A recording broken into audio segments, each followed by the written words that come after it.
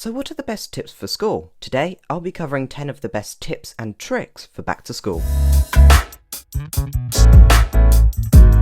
Hello and welcome back to Google Tutorials, where we give you the best tips and tricks to grow your confidence online. If you're new here, please consider subscribing so that you're the first to get notified every time we launch a brand new video. Also, if you're interested in finding out more about any of the tips mentioned in the video, there'll be links to full tutorials about each one in the description box below. Your Google Drive can get a bit of a mess, especially with lots of different documents and files. Try clearing it up a bit with folders, which can be lesson, year group, or even topic based. To create them, click New at the top left of your Google Drive, then click on Folder. Then it will prompt you to name your folder.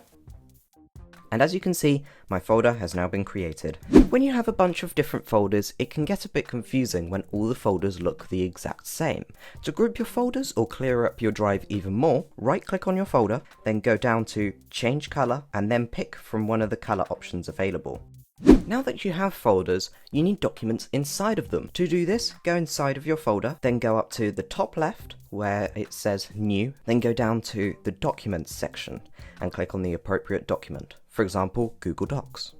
Then, as you can see, the document has been created inside of my folder. But what if you already have an existing document you'd like to move? What you need to do is go up to the top left by your name and click on the middle icon here, which says Move. Then all you need to do is select the folder you'd like to move your work into, and as you can see, my work has now been moved into the folder.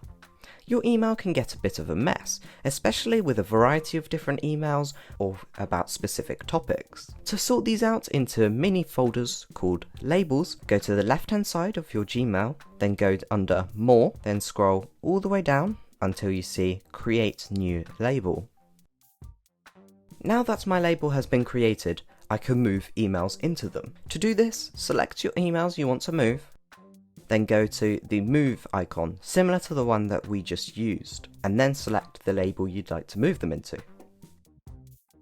In your classic inbox, you have the emails in order of when they arrive. This means that you can miss some important or some unread emails. To change this, what you want to do is go up to Settings at the top right of your Gmail, then go to See All Settings. Next, what you want to do is go across to Inbox, and the only option we want to change is this first option here, which says Inbox Type, and click on the drop down menu and go to Unread first. And what this will do is it will prioritize your unread and important emails first.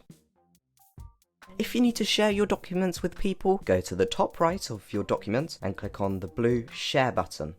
Then all you need to do is type in the email address of the person you'd like to send it to and click the blue Done button at the bottom. Google Docs has the ability to turn pictures of writing into text. To do this, click on the image in your Google Drive, then go up to the three dots for more options on the navigation bar above, hover over Open with Google Docs.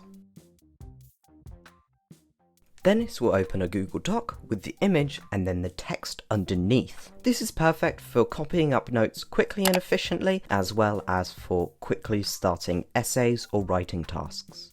A great feature in Google Docs is that it allows you to type with your voice. This makes it perfect for starting off essays, stories, or even for languages work. To do this, go under Tools on the top navigation bar. Next, click on Voice Typing. To start, all you need to do is click on the microphone icon and begin talking, and it will transcribe what you're saying into text. And when you want to stop typing, all you need to do is click on the microphone icon again.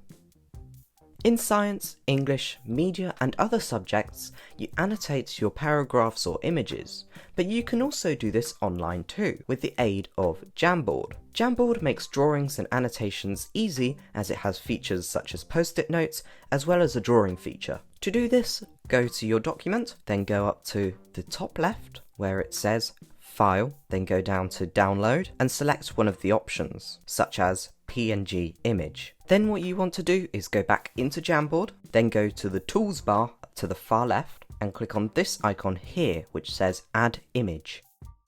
Now that my image has been inserted, all I need to do is click on the pen icon and begin annotating. Thank you so much for watching. If you enjoyed the video, please give it a like and don't forget to subscribe as we've got a ton more content just like this.